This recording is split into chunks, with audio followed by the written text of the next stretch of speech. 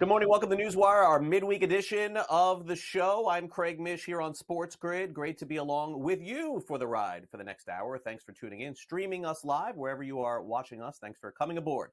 We talk about the business of sports betting here on this show, so we have plenty to get to, some big stories in the world of sports betting that you may not be familiar with. We'll catch you up coming up in just a couple of minutes. Also, Simon Applebaum will join us later in the program to go over the very latest in TV ratings as well as streaming options as well. Pat Evans from Legal Sports Report and Kyle Irving on the National Basketball Association. Quite the night, by the way, last night in the NBA. Some big upsets and some wild finishes, including one with the Cleveland Cavaliers, which we will get to a little bit later in the show. But as I teased, let's talk about these two stories that are percolating the web right now and really fascinating on social media to see how this is being perceived.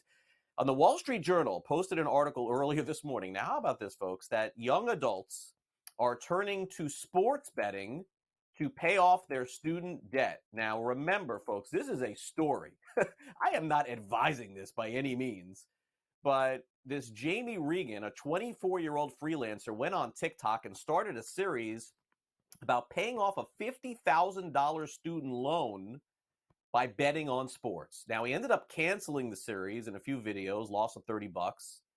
But folks, like, this is sort of some insane stuff. We're starting to hear a lot of different opinions on sports betting, and some people, naturally are worried about the perception of addiction and, clearly a very bad idea for this as well. But it just goes to show you things on social media, things on TikTok make their way to this show as well. But very compelling article, I thought. Check it out in the Wall Street Journal, how some kids who want to pay off their loan betting on sports. Not the best idea, I would say. Betting on sports, it's up to you how you use your discretionary income. Paying off a loan is not the way to go. Now, maybe this applies to some folks that you could be watching in the state of Georgia, where right now you cannot bet legally on sports. But guess what? Yesterday, some significant progress made. This could actually happen in the next year or two. Sports betting has now made it through the Georgia Senate. It's a very big step. Some people think it's a small one because, again, it still has a ways to go.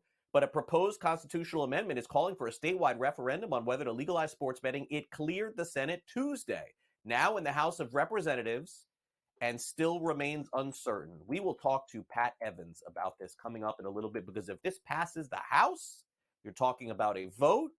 And if you're talking about a vote, there's a possibility that legal sports betting is coming to Georgia. Now, it's probably not going to be this year, but this could be the first state to legalize it in early 2025. We shall see. All right, yesterday in spring training action, Shohei Ohtani put on the Dodgers jersey in a game for the first time, and wouldn't you know, he ended up hitting a home run. Now, the game was not televised, as some spring training games are not. As we get deeper into the spring, I'm sure you'll see some games with him on TV, but Ohtani did hit a home run in his spring debut. Now, how about Paul Skeens? Remember him, first overall pick in the draft? 1.69 ERA, 209 strikeouts in college last year. He's going to make his spring training debut for the Pirates tomorrow. And who knows, some speculation that Skeens could be up very early in the Pirates season as they're trying to now compete for that division, maybe even a wild card spot. The Miami Marlins yesterday, they named Jesus Luzardo their opening day starter, last year's opening day starter, and the year before. Sandy Alcantara is out for the season, so Luzardo gets that call. And Byron Buxton, who played designated hitter all last season for the Minnesota Twins, is going to play center field this year, or at least some center field. And because of knee issues, it's kept him out. He is back playing center field in spring training games. Buxton was on our show last year, you may remember, here on NewsWire. All right, let's get to some college basketball. Another big upset last night. This has been the story of the season, so get ready as March comes in a couple days.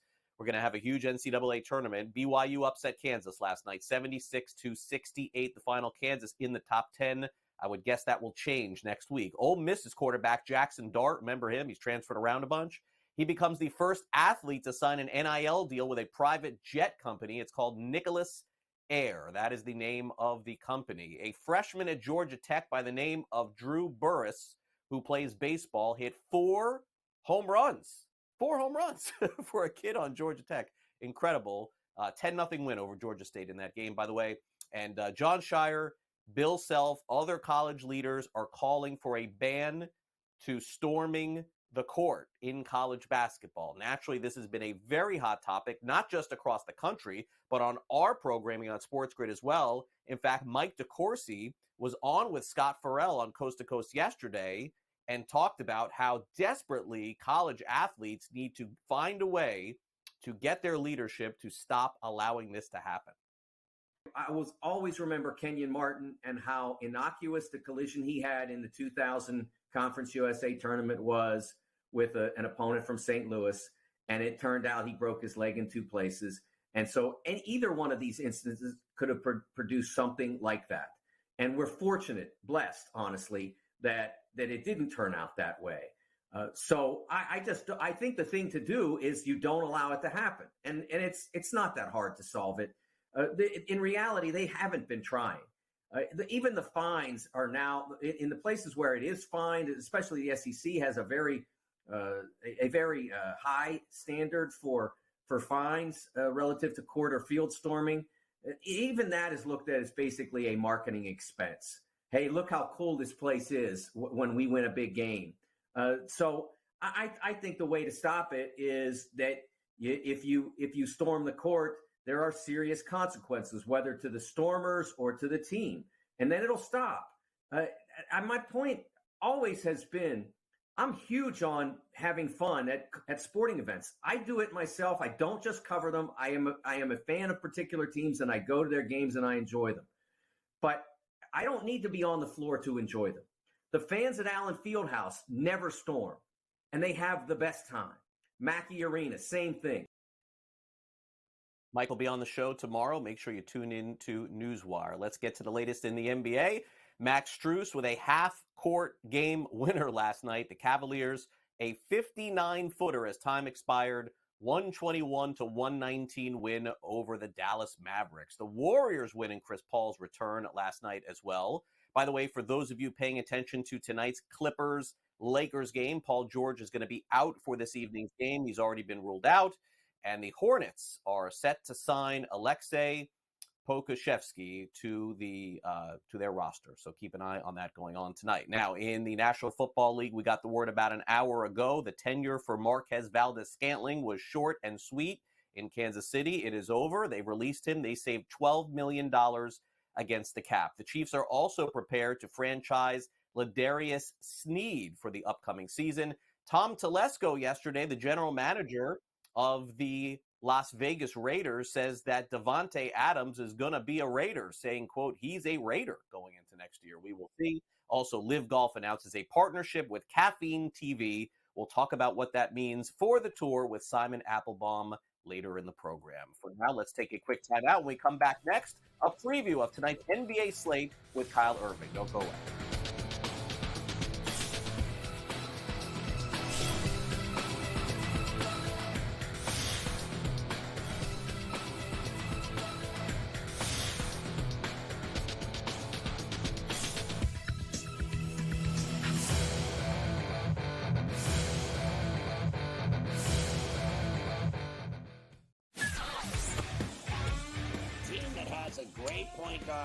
A great big that can block shots, a team that can play defense, and seniors that can put the ball in the hole. That's who you bet on.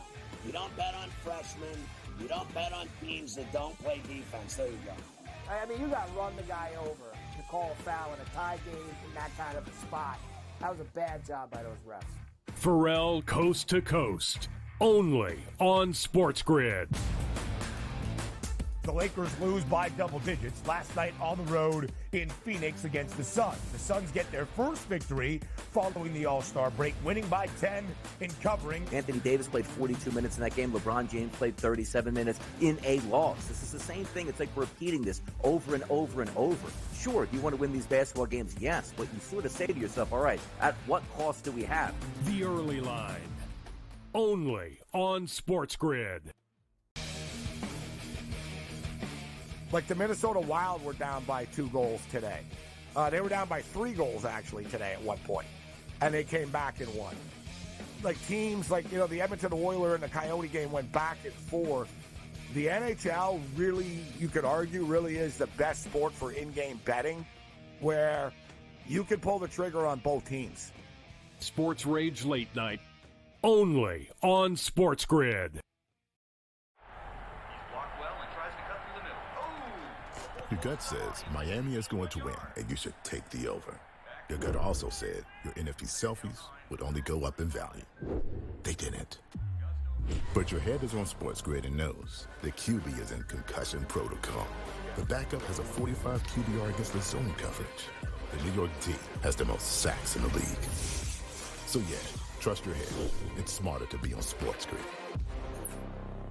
Anyone that's been to a sporting event, the atmosphere before a game, I think Game Time Decisions has that same exact atmosphere. This is our arena.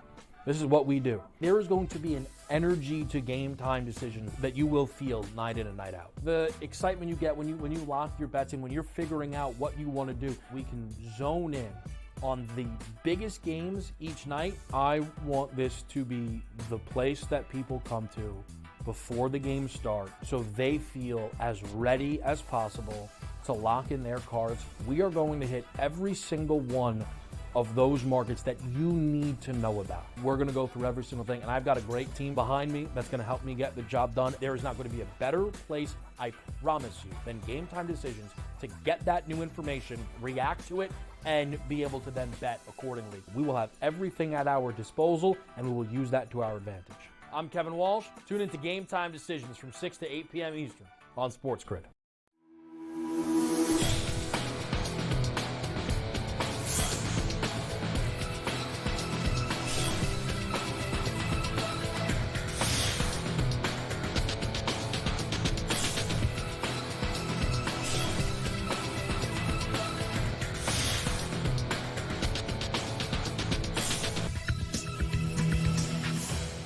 Welcome back to NewsWire. We're going to preview games in the National Basketball Association tonight with our next guest. Kyle Irving joins us, courtesy of Sporting News. Also get to the latest stories in the NBA as well. Hey, Kyle, great to see you here on the show. Thanks for coming on NewsWire today. How are you?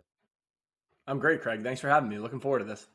All right, so we'll preview some games in a minute. Let's first talk about the new deal for Steve Kerr, which is going to make him the highest paid coach in the National Basketball Association in league history, $17.5 million a year. I guess in the end, Kyle, as it would appear, if you're going to make a guy the highest paid head coach, it may as well be Steve Kerr, who's had so much success winning championships as the head coach of the Warriors. And he means a lot to that franchise and that organization, I think, more than just coaching, doesn't he? Yeah, absolutely. I think, this is a sign that owner Joe Lacob and team general manager Mike Dunleavy Jr. are committed to winning still. And they have continued to say that. The dynasty, every time it feels like it is coming to, a close or they're hitting the horizon, the Warriors continue to prove that they want to keep winning games. They want to keep winning championships. They are not done. They are not ready to give this up just yet. And, extending Steve Kerr an extra 2 years through the end of the 2026 season lines him up with Stephen Curry. So their contracts will expire at the same time when Steph Curry is ready to hit unrestricted free agency in 2026. The Warriors are actually starting to hit its second gear here. In the 2023-24 season. We're watching Steve Kerr kind of lean off of his veteran guys like Klay Thompson, starting to bring him off the bench. He's leaning into the younger guys, using Brandon Pokuševski, using, guys like Trace Jackson Davis, using guys like Jonathan Kuminga. And we're really starting to see that team hit their stride alongside Stephen Curry. So, this is a commitment to winning. This is a commitment to keeping the dynasty going. And more so than anything else, it's just lining up Steve Kerr with Stephen Curry so that way these two can, kind of reassess what their future looks like in 2 years. Yeah, no. And look, the Warriors, again, it's sort of like a transition time, it feels like, for them, but still a very competitive team, and Kerr will be along for the ride.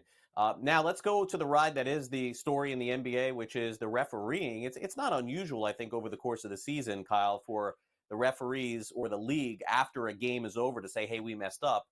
But it does seem like this is happening more frequent than often. I know Monty Williams is very upset about this as well. Yeah, I mean, Monty Williams had every right to be upset. I think that this was even a little bit carried over from what happened over the weekend where, Paolo Banchero hit a game winner against the Pistons and it looked like he traveled. And, they sent those tapes into the NBA and the NBA came back and said that, there was no travel on the play. And that's another loss for the 9-49 Pistons after picking up a win last night. And then they go into that game, against the New York Knicks. And, Asar Thompson gets basically speared by Dante DiVincenzo fighting for a loose ball. I'm seeing memes on my timeline comparing him to Brian Dawkins and Ed Reed, the way that he got hit at half court. And, that results in another loss for the Pistons. So it's just been a frustrating season all in all. I mean, they had lost 28 consecutive games earlier this season. That's the longest single season losing streak in NBA history. And this is a team that, when that losing streak was going on, the Pistons were coming out and saying this year. So they were as shocked by anybody about the results of the consecutive losses. So, for Monty Williams to, lose a heartbreaker like that on the Paolo Banchero game winner that he might have traveled. And then, the Josh Hart and one after Asar Thompson got speared at half court. It just seems like the Pistons have had enough. Monty Williams is trying to make a statement. The players have had enough. And, it's just been a really, really rough year in Detroit. Yeah, no, definitely so. And, trying to get to that 13-win threshold is going to be hard for them. Not a lot of season left to go. All right, let's preview some games against the spread tonight in the NBA. The Indiana Pacers heading toward the playoffs. They've had a nice season. They're 6-point favorites tonight over the New Orleans Pelicans. Total is 238.5. Indiana, generally speaking, is one of these teams when they play, they tend to score a lot of points. So the overs have come in quite a bit here on the Pacers. Who do you like tonight in this game? Yeah, I mean, even though the Pelicans have been playing some of their best basketball of the season and they actually have a top 6 ranked defense in the NBA, I really like the Pacers tonight just because New Orleans has played a lot of games coming out of the All-Star break. This is going to be their 5th game in 7 days. They're coming off of a back-to-back last night. I just saw on Twitter that they were having some travel issues after their game last night as well. The Pacers are coming in well-rested. They have the combination of Tyrese Halliburton and Pascal Siakam who are starting to learn how to mesh together. And, maybe if the Pelicans weren't coming off a back-to-back with the way that they've been playing lately, I would have liked them +6, but I'm actually going to take Indiana -6 tonight, just given, everything that the Pelicans are going through right now. Maybe some of the guys will be, on a tighter minutes restriction playing so many games as they gear up for the home stretch of the postseason. And, I also feel like that over is looking pretty good as well, because even though the Pelicans are a really good defensive team, like I just said, you mentioned it, Craig, the Pacers can score. They can score with the best of the teams in the NBA. They don't play a lot of defense. I feel like this could end up being kind of a sloppy game. So I kind of like the Pacers, and I also like the over in that one.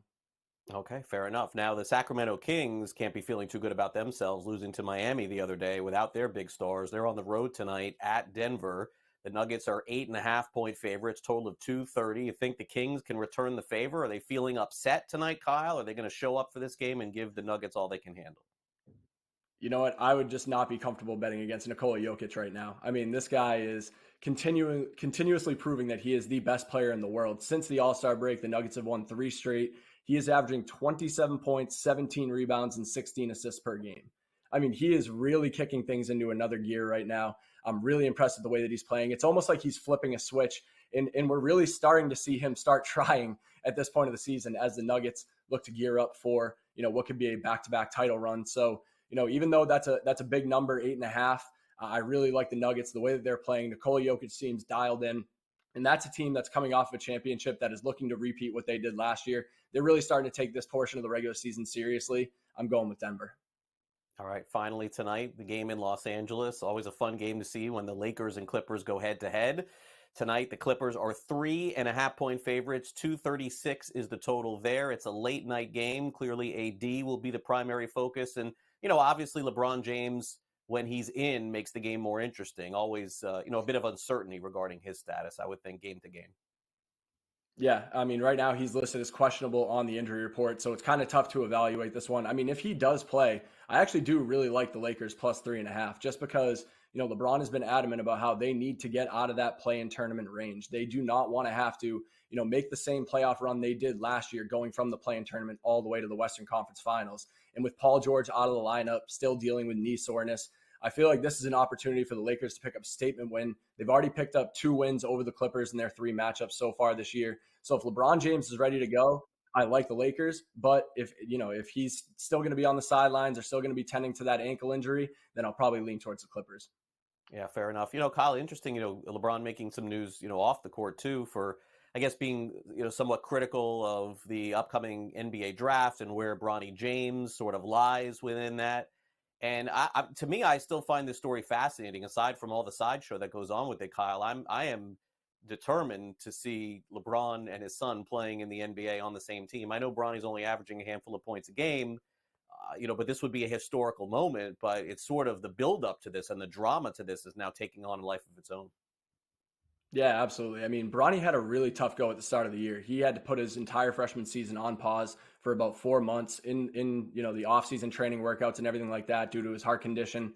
Even once he came back, he was on a minutes restriction. So, I think this is a really interesting situation where he's going to want to go pro to try and play with his father and leave that door open, especially with LeBron having an unrestricted, free agency option this year with his player option coming up this offseason. But at the same time, it might be in Bronny's best interest to stay in school and, give it a full another year of full offseason workouts, work on his game. And then, right now he's alongside one of the USC's all-time leading scorers in Boogie Ellis and one of the number one players in the country, a certified one and done in Isaiah Collier. So when those two players move on, Bronny James will really have an opportunity to come into a featured role next year. And I feel like that could be in his best interest to stick around at USC one more year. But you know what? If he does come out to the NBA in a weaker draft class, it would not surprise me if a team took a flyer on Bronny James in the first round just to give them, a potential chance to court LeBron James in free agency if he does decide to leave the Lakers.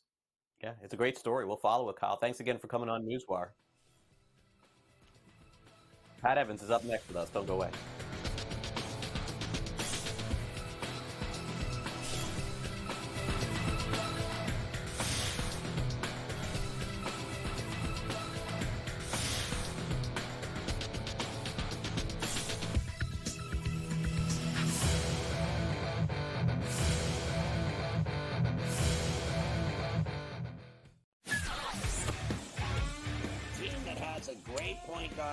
A great big that can block shots, a team that can play defense, and seniors that can put the ball in the hole. That's who you bet on.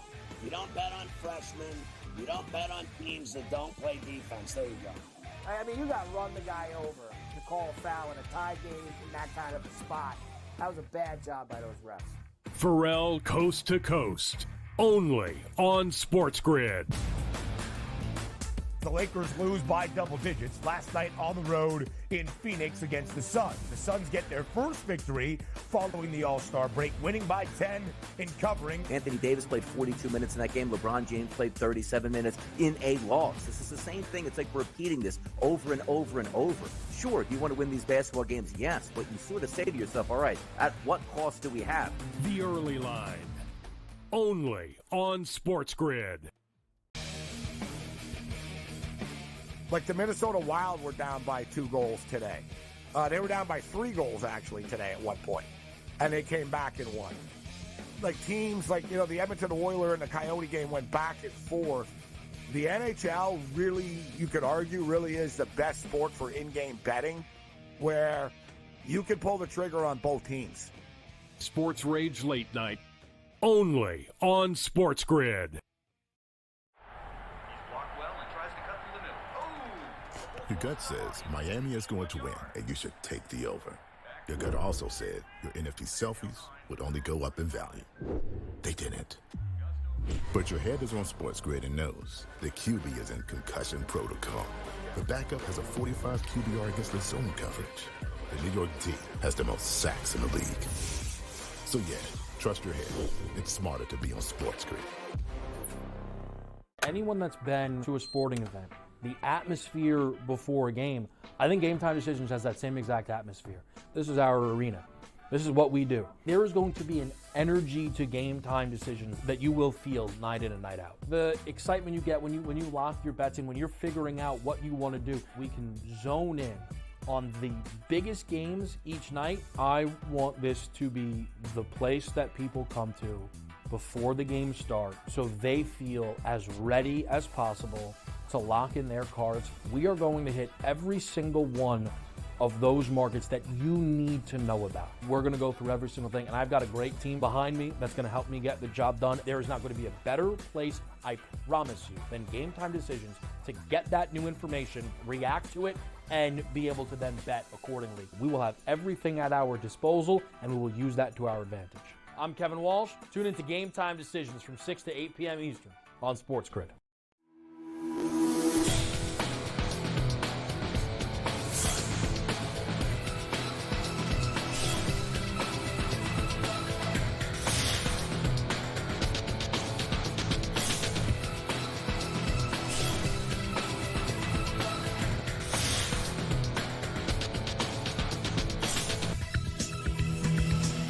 Welcome back to NewsWire here on SportsGrid. We've got an update in Georgia on the potential of sports betting's future. We're going to dive into that and some other topics as well. Pat Evans joins us, courtesy of Legal Sports Report. Hey, Pat, great to see you again here. And look, Georgia, we're going to get to that here.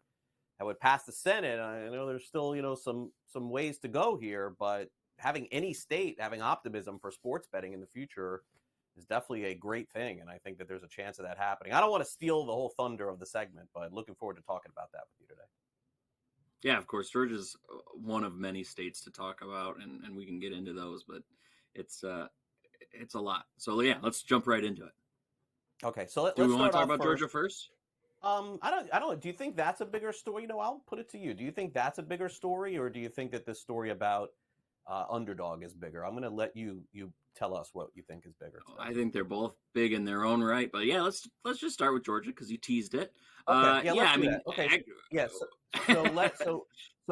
So you make predictions every year as far as which states you think will have sports betting being legalized. Now, again, the field is a lot smaller because a lot of states are getting legalized sports betting, and there's only 15 or 20 that don't have it. We talked about Hawaii, Texas, we got Florida this past year. Georgia was one that there's still, I still think, Pat, there's a lot of skepticism around, but of the states that are left that don't have it, this is a huge story because for it to even get to this point means they're basically, in my estimation, you tell me if I'm wrong, basically 2 steps away, the House and then a vote. And if it goes to a vote, anything can happen. Yeah, and so that's where, that's the big thing. And in the Southeast, which we've talked about multiple times on this show already this year, we've got Mississippi moving forward through a chamber. We've got Alabama moving through a chamber. And now we've got 2 bills in Georgia that have gone through a chamber. One, of course, passed earlier this month that was enacting legislation that had an amendment added to it that requires a constitutional amendment, which requires the public vote. So like you said, even if this gets through the House, gets to the governor, signed, it's going to the ballot, and that's a whole nother issue. Is there the public support there? That's, that would be, of course, to wait to November. But I've been talking to sources across the industry and in the legislature, and they're pretty pessimistic. Even though the referendum passed, the bill that would put it to the vote in November passed yesterday through the Senate and goes to the House, we'll start hearing some news coming around it and movement coming around it probably early next week because there's a crossover deadline tomorrow. So, bills have to pass out of the Chamber of Origin. So they're focused on that kind of stuff right now. Right. But sources are pessimistic, and it's because of the same issue we've seen in the past 2 years, which is it gets bogged down in other issues. Believe it or not, as much as our world, we love sports betting and talking sports betting and think it's the most important thing in the world, legislators and the general public do not. And so it gets lost. Politicians put it at the bottom of their to-do list, and they see, other issues that pop up. This is a nonpartisan issue, so you need bipartisanship to pass it because there's opponents on both sides. And in Georgia, we've already seen issues kind of pop up that are angering both sides of the party. The Republican leadership has killed a Medicaid, I forget if it's Medicaid or Medicaid, I think it's Medicaid bill that the Democrats are now mad about. The Democrats, I forget the issue now, but they're trying to push something that the Republicans are mad about. So you're going to get them, bogged down. And just like the past 2 years, you don't get the Democratic support to help the Republican majority pass it because there's enough Republicans who don't want sports betting. And so that's where we're at in Georgia. And then you put on another factor. I've heard from a couple sources that the ballot initiative is another issue, is because we already know there's a big one coming in Missouri, which we'll do I can do an update at the end of this real quick, and possibly one in Mississippi or Alabama, possibly one in Nebraska for some casino gaming stuff. And this is a huge expenditure for this industry. So can you take another, estimated 20 million probably that it would take from these sports books and industry companies to, push this initiative and in a state that may or may not be a sure thing in November? It's a lot of money that if you're going through 4 states in that situation. Yeah. So a lot of questions around Georgia. It may get through the Senate or the House, but you need industry supporters to say, you know what, we'll really support this referendum and get it passed in November. And if they don't, then representatives might be wary of getting it all the way through. Yeah, and again, it's just a new story to follow, and I think that's just what's important. And as you alluded to, Alabama in a very similar situation as well. Definitely need to keep an eye on all of these states in the South. Okay, so North Carolina with online sports betting, March Madness. This is going to be our March story here, I'm guessing, here with you guys here on NewsWire. And like a lot of the other places, it seems like a topic, by the way, Pat, every day here on the show. Sports betting is legal in the state. DFS pick'em games are no longer. And indeed, here we go with North Carolina underdog moving out of another state. Yeah, for sure. North Carolina is going to be a huge topic of conversation for the next month. The registration goes live on Friday, so we don't know which sports books are licensed yet. The lottery has not announced that yet, but we do know that the ones that are issued licenses this week will be allowed to allow users to sign up and deposit money. They, of course, won't be able to bet until March 11th, which is when they go live. And that's the day before the ACC tournament, which you can imagine will be huge in North Carolina.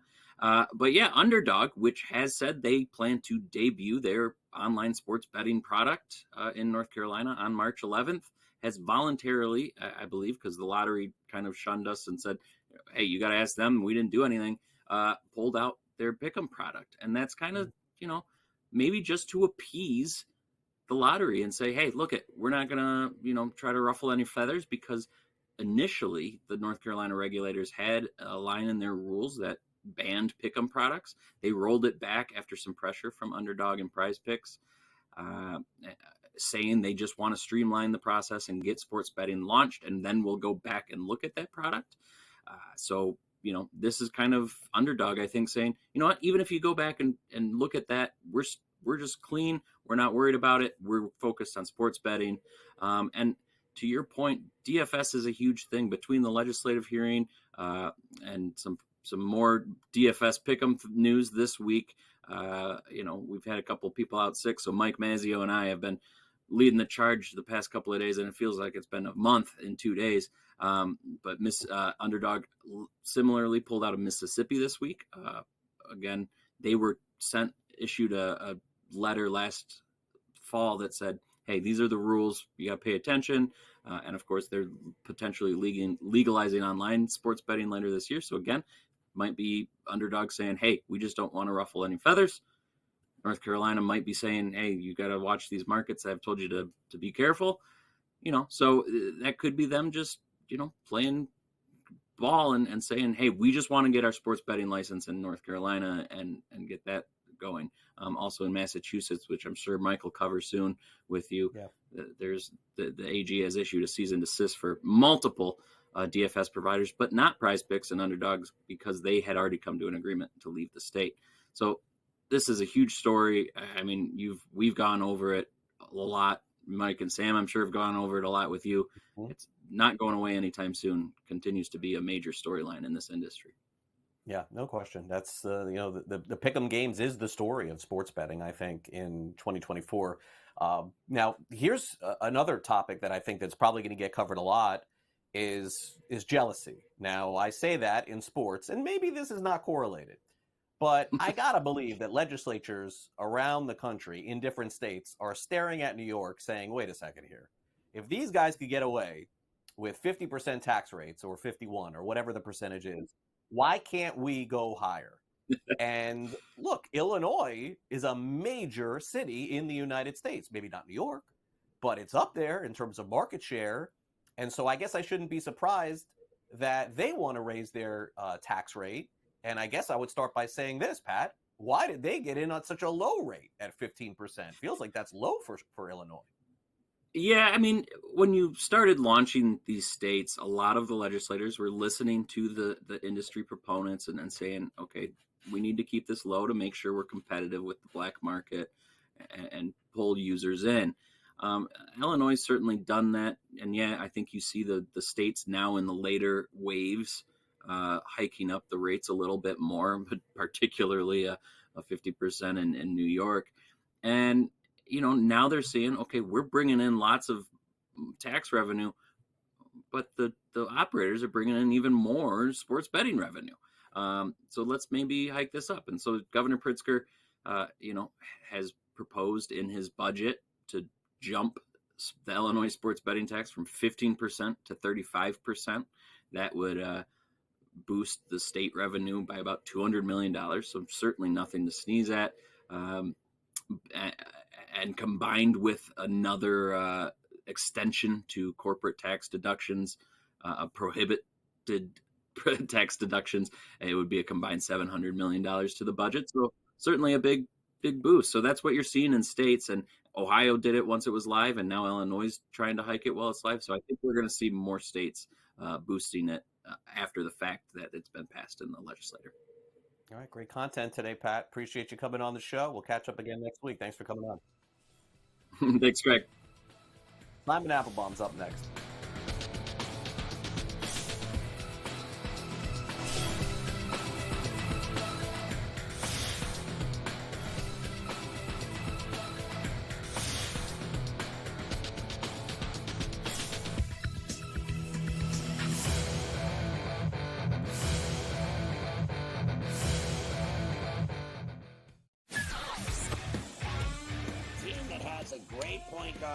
A great big that can block shots, a team that can play defense, and seniors that can put the ball in the hole. That's who you bet on.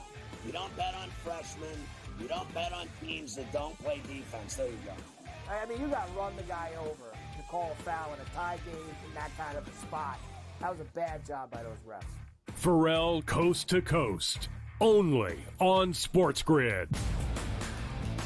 The Lakers lose by double digits last night on the road in Phoenix against the Suns. The Suns get their first victory following the All-Star break, winning by 10 in covering. Anthony Davis played 42 minutes in that game. LeBron James played 37 minutes in a loss. This is the same thing. It's like repeating this over and over and over.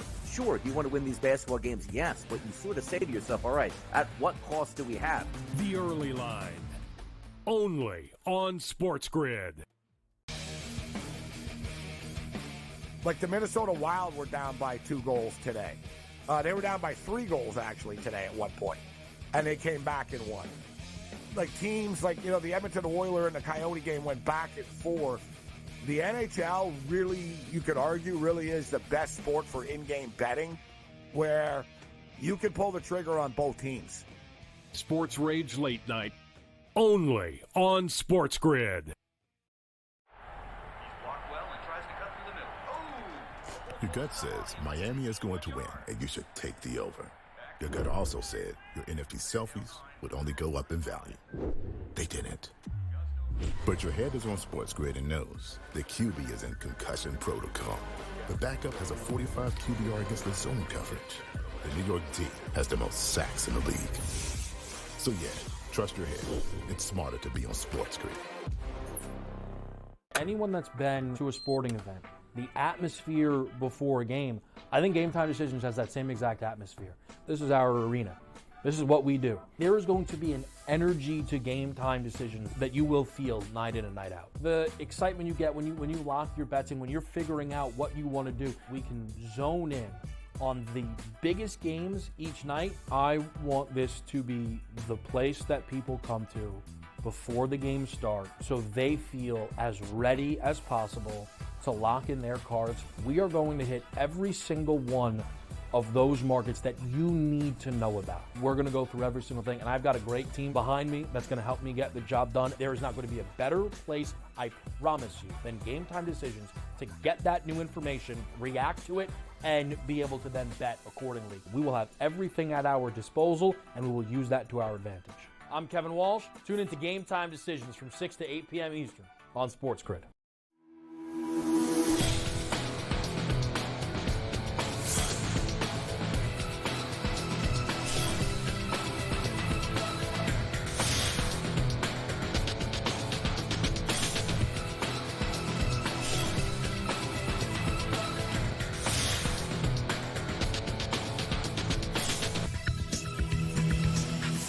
Welcome back to NewsWire here on SportsGrid. We're going to preview some college basketball games tonight. One in the SEC, two teams in the top 15. We got number 4, Tennessee, hosting number 11, Auburn.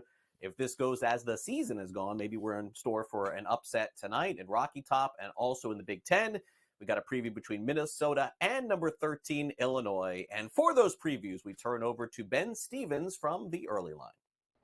Craig, 2024 is a leap year. That means one additional day of what feels like the longest month each and every calendar year. That would be February, which leads us to a top 15 tilt on Rocky Top tonight. It is Tennessee, ranked 4th in the country, taking on Auburn, a top 15 team as well. 5.5-point spread in favor of Dalton Connect and the Tennessee Volunteers. The over-under tonight at 150 and a hook. Tennessee has won 5 of its last 6 games, covering in 4 of those 5 victories, under in 3 straight for one of the top 10 defenses in college hoops. Again, look at that total of 150 and a hook. Auburn, Craig, being a top 15 team, has only been booked as an underdog one single time this year. It was in SEC play against their rivals, Alabama, a 3.5-point dog. They lost by 4 on the road in Tuscaloosa. So technically 0-1 against the spread. From the SEC to the Big Ten, we go. Illinois at home tonight inside the State Farm Center in Champaign, hosting Minnesota. Craig, we start with the Golden Gophers. You see the 11.5-point spread. Minnesota, the best cover team in college basketball. 23-4 against the number. The Gophers, the only team in college hoops covering in more than 75% of their games. It's better than 85% for Ben Johnson's crew. However, Minnesota did not cover in its most recent game on Sunday night in Lincoln against the Nebraska Cornhuskers. Illinois, meanwhile, a double-digit favorite. 4 games so far in Big Ten play. 4-0 straight up. No bad losses. 2-2 against the spread. A big night on this Wednesday, Craig, with just 2 more days left in the month of February before madness intensifies in college basketball in the month of March. And speaking of March Madness, it's almost time for the NCAA tournament. Just a few weeks away. We've got crazy coverage here on SportsGrid, including the first 2 days of the NCAA tournament on that Thursday and Friday. The question is, in the future, is it going to start on Tuesday? Because I don't know how they're going to get in so many games if this indeed is a plan, which we're going to talk about with Simon Applebaum of the podcast tomorrow will be televised. And Simon, March Madness is almost here. And if they expand this madness to 96 teams in the NCAA tournament, we're not talking about, 3 or 4 weeks? We're talking about 3 or 4 weeks, full weeks of NCAA tournament action, aren't we? Maybe more than that, Craig. It's great to be back with you.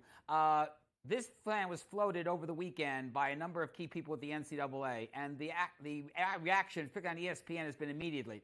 On College Game Day, Anissa Carter was all not for it. You also had Seth Greenberg and Jay Williams for it. And then Jay Billis sort of had the quote of the day when he said that this was relatively stupid. Here's the thing. We right now have a tournament that has 68 teams to count the first 4. And you already have a situation where you have 5 or 6 teams from the ACC or 5 or 6 teams from the Big East or 5 or 6 teams from the Big 10 or the Big 12. And to me, that's way too much.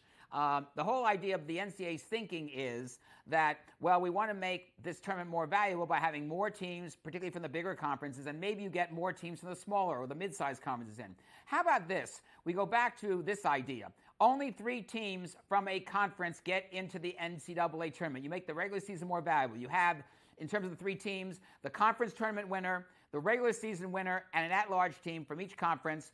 And if the conference tournament winner and the regular season winner is one and the same, you get 2 at-large teams. That way you do get more of the smaller conferences in, and you make the tournament more valuable for March Madness. I think this idea of 96 teams, or as many as 96 teams, is going to go down the drain very, very quickly if the reaction continues to be as mixed or mostly negative. By the way, we do have a breaking news story. Speaking of basketball, Big 3 basketball will be coming back this summer for its 7th season on CBS and CBS Sports Network, and some of the games will now be carried live for the first time on social media, specifically X, a.k.a. Twitter. It'll be very interesting to see whether at some point X, with all of the new video programming they're doing with Tucker Carlson, with Don Lemon and so forth, whether Linda Yaccarino, who comes from NBC, the head of X, will finally say, hey, look, maybe we'll make X a television network that's available on smart TV sets or smart TV devices. So anyway, that big 3 item, by the way, comes from Growth Fronts, which is an event that just started today here in New York, not far from where we are, and goes into tomorrow. It's an idea where advertisers, big, large, and small,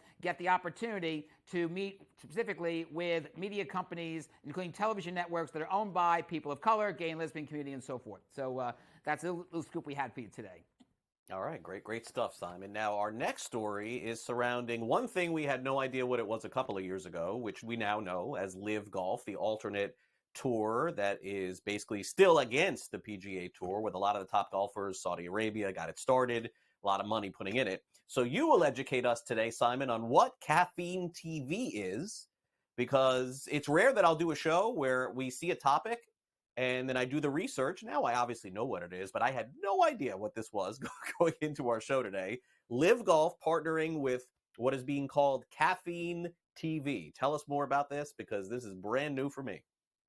It is. You and me too, Craig. I had to do a little research on it. But Caffeine TV may end up being the prototype of what ESPN wants to do in putting together a mega content sports service. It is a website, but it's also, more importantly, a service available on Roku, on Amazon Fire TV, other smart TV sets and devices. And it offers mostly sports programming from, at least from what I understand, over 100 professional, semi-pro, as well as non-professional leagues in all sorts of sports. Everything from highlight to racquetball to tennis to baseball, et cetera, et cetera. Now, the Live Golf deal goes like this. As we know by now, Live Golf has the first round until now only on the CW app. It is not carried on the CW's television stations, the second and third round now. In addition, Live Golf has been doing some podcasts called Fairway to Heaven. They also do some special pre-show programming, post-show programming that is not carried on the CW app. Now it will be carried, along with some other things in the works, on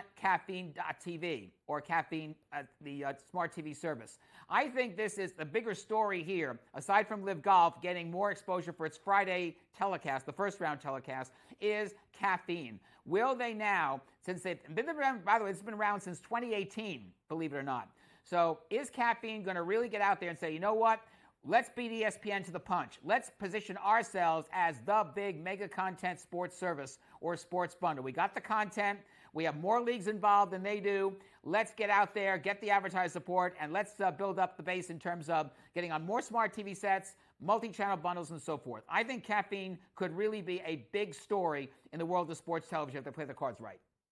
All right, now let's move over to ESPN. They announced a multi-year contract with former NFL player Ryan Clark, $2 million per year for Clark to stay at the network. I would probably go back, take a look at what Clark made in the NFL, especially in the early days. Good for him, making more money probably now than he did in his first contract when he played in the NFL. And in fact, Craig, he was on Get Up this morning, sort of his first big deal since getting the contract. You know, Ryan has not left ESPN. Let's be very clear about that. This was a whole case of, I do all these things for ESPN. I do Get Up. I do First Take. I do NFL Live. I do Monday Night Countdown. And I want to be paid, you know, the best for it. Plus, I do Inside the NFL, the first season he did for the CW last year, including the post-Super Bowl edition. So this is basically a contract extension where Ryan now gets more say over what he does for, as you say, $2 million a year. And that's a pretty good deal. He can do any show he wants. He can do Sports Center. He can do other shows beyond just pro football shows. And any time of the year also. So he gets full presence, and he gets to keep his Inside the NFL job too. Finally, let's get to this new documentary that I think is going to be very fascinating, Simon, because when Michelle Wie first burst into the LPGA Tour and on the scene, I mean, there was talk that, you know, she could be a multi-championship winner, be the next great thing in golf. And, you know, sort of had like a strange career in terms of maybe the pressure getting to her. There was talk about that. And so I'm curious to see what her life has now become, because, again, she's been sort of out of the public eye for a long time. Yeah, she ended her professional career nearly a year ago. So what's going to happen is that NBC Sports is going to do a documentary about Michelle Wie West. It's going to run NBC in May, then run about a month or so later, right before the U.S. Women's Open, on Peacock.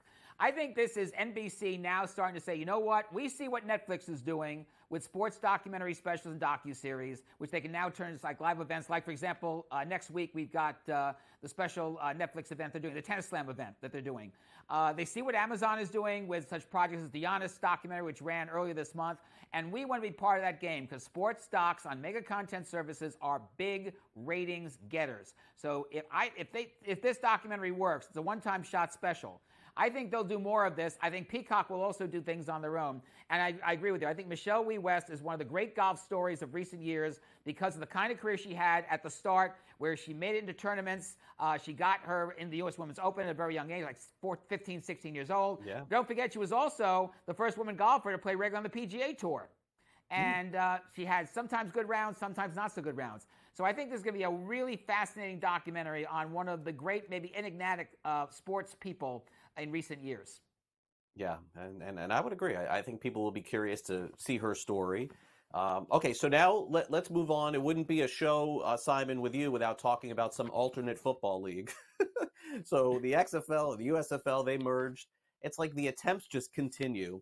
And growing up, I remember here in South Florida, they had a team called, I think it was the Miami Hooters, a very popular arena football league team. But there's been so many attempts at making this happen, Simon, and unfortunately some really negative stories with this where people don't get paid and the athletes making so little money. I guess what we're going to talk about here is the opportunity to roll it back one more time here. 16 teams playing, a 10-week regular season. I mean, I'm not rooting against this stuff, Simon, but I do have my concerns, and I think it's fair to say, just given the financial struggles that these leagues have had. Yeah, totally understand, because the Arena Football League, when it was hot in the 80s, the 90s, and don't forget there was an Orlando team as well as a Miami team that was one of the top contenders for the Arena Bowl every year, that the Arena Football really established the idea of indoor football. And for a time it was carried on ESPN, a time was carried on CBS, a time was carried on NBC. And then, because of all the financial difficulties you just mentioned, things stopped before the pandemic. So now, under new management, the AFL is trying to make a comeback. It will start in April, 16 teams, 4 divisions, no New York team. Closest team here is Philadelphia, bunch of teams in Texas, bunch of teams in Kansas, even one in Billings, Montana. 10-week regular schedule, 3 teams in each division will play in the playoffs, and then they'll have the Arena Bowl to determine the champion. The question is, will they get a national TV contract in time to start the league? And if so, who is going to pony up the money to do it? This is the third time a charmer, and like you said, I think this may be the last time. If Arena Football does not make it this time around, it never will. No, I would agree, Simon. And hey, look, you never know. Some network may pick it up, give it a shot. Maybe one of these streaming services, Amazon, Netflix, somebody jumps in and makes it happen. Great topics today, Simon. Thanks again for coming here on NewsWire. Really appreciate it. We'll catch up again next week here on the show. A pleasure. Maybe Caffeine TV. We'll see. Take care. Caffeine TV. I learn something new every day here on NewsWire. Sometimes it's the stories, and sometimes it's like a network that I just never heard about before. And honestly, some people may feel that way. They may be watching SportsGrid for the very first time too. So maybe that's part of the conversation. All right, he's Simon Applebaum. I'm Craig Mish. We'll take a quick time out here on the show. We'll come back and wrap things up on Major League Baseball's jersey conundrum next.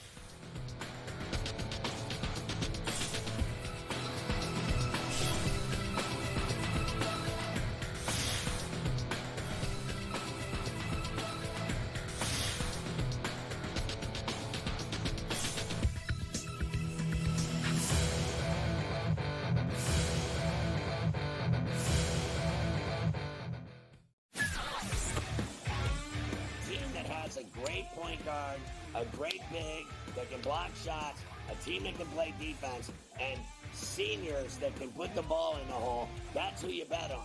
You don't bet on freshmen. You don't bet on teams that don't play defense. There you go.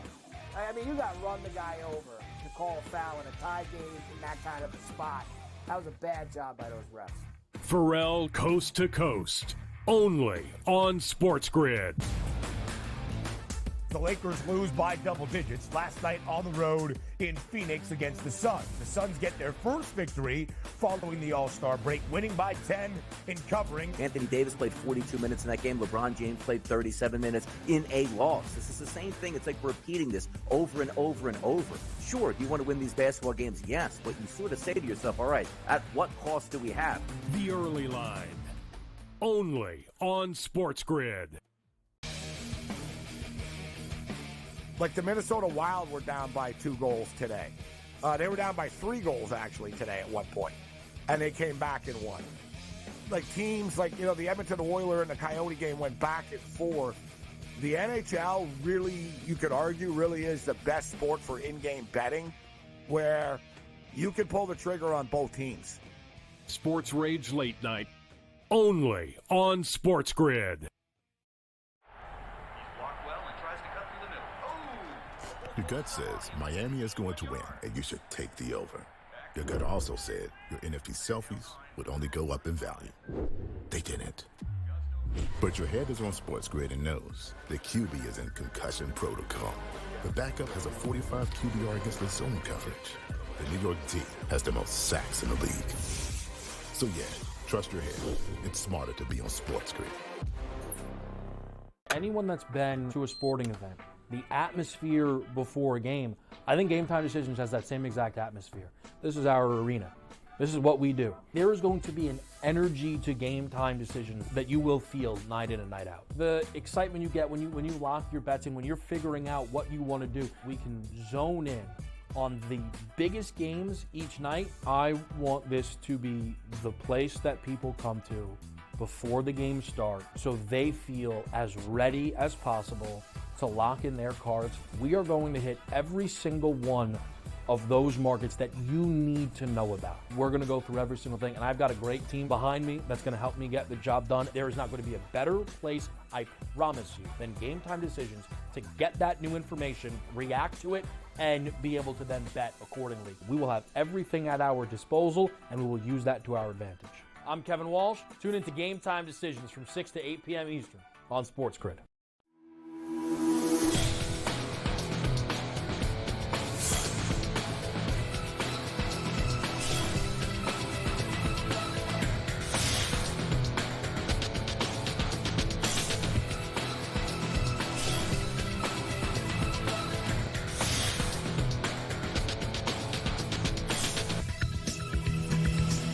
Welcome back to NewsWire here on SportsGrid. If you've been watching some of the Major League Baseball spring training games, you may have noticed that one team's jerseys look different than the others, meaning all of the jerseys have the lettering and the back of the jersey is much smaller. A lot of has been made about that during spring training. But the Kansas City Royals worked with Major League Baseball and Nike and lobbied very hard to not have that happen. And so the Royals are the only team right now in Major League Baseball who have the different looking jerseys, as it would appear. They have the full size lettering on their team jerseys. As they say, the squeaky wheel, so to speak, gets it done. And this is what happened. The Royals, I guess, took a look at things and say, hey, we got to make this bigger. We got to make this better. So kudos to the Royals. And you got to wonder if other teams will follow suit. Now, again, it is just spring training. Does it matter all that much? Probably.